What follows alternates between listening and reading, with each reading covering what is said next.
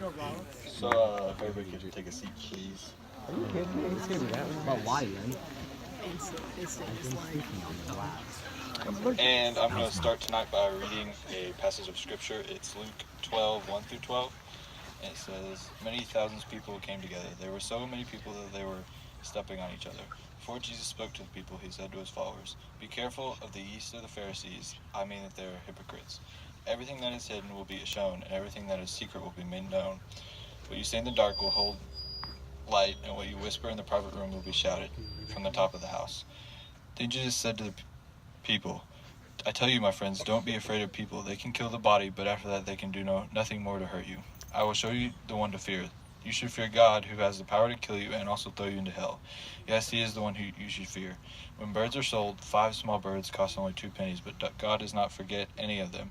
Yes, God even knows how many hairs you have on top of your head. Don't be afraid. You are worth much more than any birds. And in this passage, Jesus talks about how how people show hypocrisy in their daily lives. Many people change the way they are or their actions around different groups of people or in different environments. That is not what Jesus wants from us if we are to follow him. He wants us to keep these separate parts of our life together in our actions and our thoughts. In this passage, Jesus is very confrontational towards his disciples in his day, but also to future disciples as well.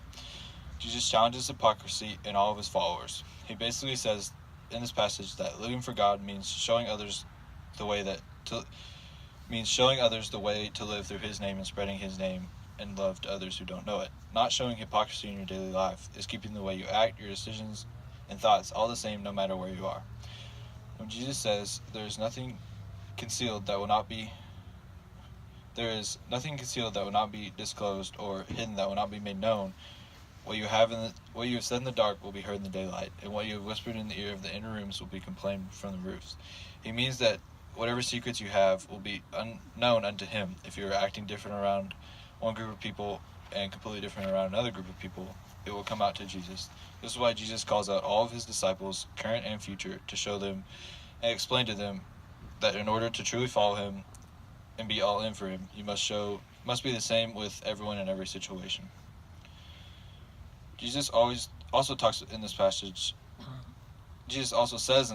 I will tell you, my friends, do not be afraid of those who kill the body, and after that can do no more. But I will show you whom you should fear. Fear him who, after your body has been killed, has the authority to throw you into hell. Saying here that you should not fear anyone or anything or anyone you encounter on this earth, but you should fear the Lord. The Lord is the one who can give you eternal punishment in hell. The people and things on this earth are only temporary. You should not worry about pleasing people on this earth or changing who you are to different people or different groups of people.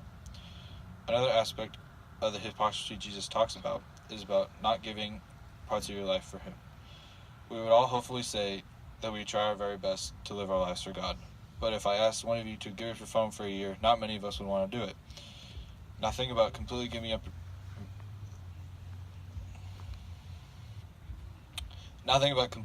your life for the Lord. Everything in your life is for him. Almost sounds impossible, but that's what God expects. It should be what we are striving towards, to be all in. Yeah,